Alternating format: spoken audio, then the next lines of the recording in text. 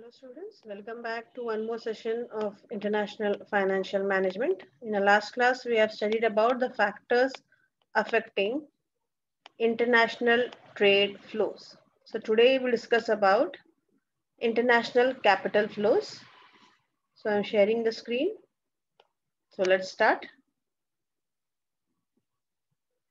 Okay, so capital flows include both foreign direct investment and second part is portfolio investment. Now, foreign direct investment, I've told you in a last class that it is the investment made directly by foreigners in, say, for example, Indian companies. So they buy uh, existing operations or set up a new in operation. So that is called as a foreign direct investments. So what were the factors which will increase or decrease these direct flows of cash from foreigner countries to the home country? Okay, so if, for example, in a country there were restrictions regarding uh, foreigners investing in India, then if the government opens up the policy, say for example the LPG policy, that is liberalization, privatization, and globalization. So when you're opening your market to the world, foreign companies or foreign investors have a chance to enter into the that host country. So if you are talking about India, so foreigners can come up, invest in India, they can open their unit in India or buy existing operations.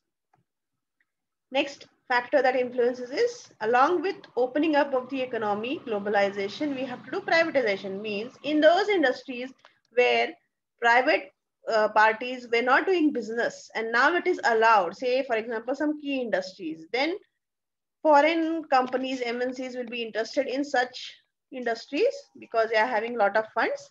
So they'll come and open because it's not under government. So there will be increase in FDI or direct investment.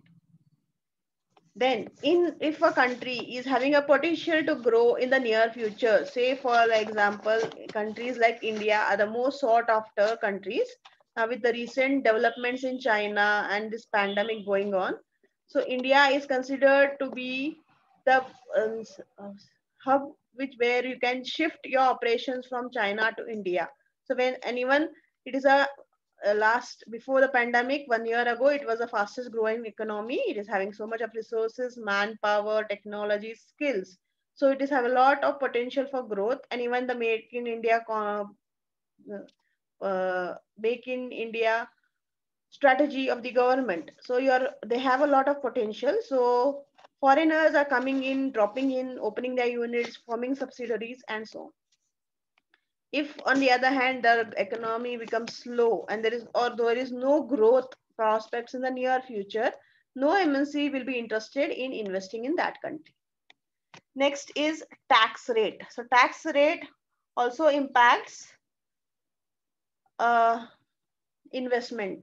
So investors are happy to move and invest in that country which are called as tax havens. Means the tax rate or corporate tax on earnings, on interest, and all that is less. Okay, so such countries are called as tax havens because much of the amount is not cut by the government by taxes and they can enjoy the profit. So this is done, tax havens are created especially at the initial years of their establishing so that people come in and invest here and increase the cash flow in that country. Last but not the least, exchange rate.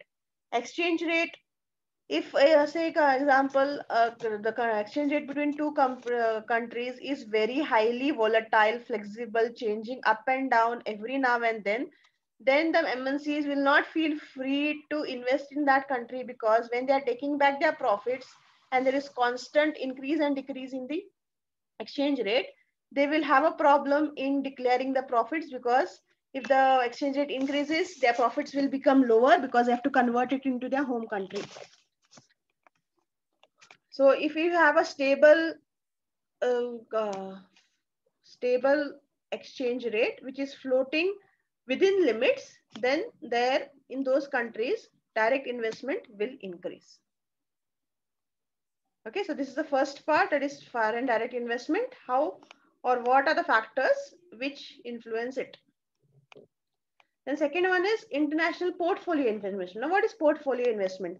Now here you are not directly buying companies, you are but investing in the shares of a foreign country. You're buying shares, you're buying bonds, giving loans. So when you are investing not in one particular, not buying one particular country, but you are investing in the terms of shares and debentures or loans, such a thing is called as portfolio investment.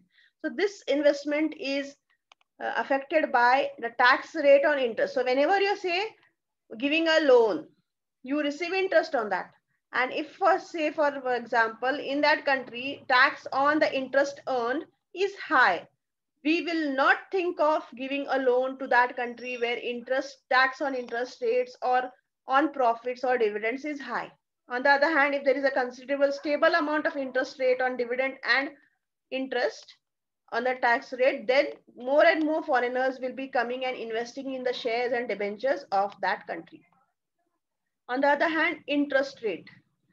If in a country the interest rate given on loans is high, then I will definitely go to that country and give a loan.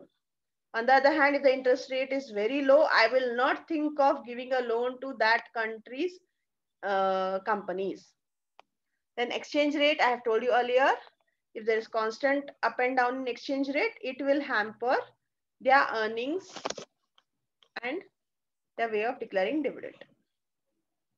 Then all these things, how does it impact the impact of international cash flows on a country's interest rate, for example? So if you take an example of USA, on the x-axis, I am measuring the amount of funds invested by the investors. On the y-axis, I am doing the long-term interest rates, that is in loans on investment.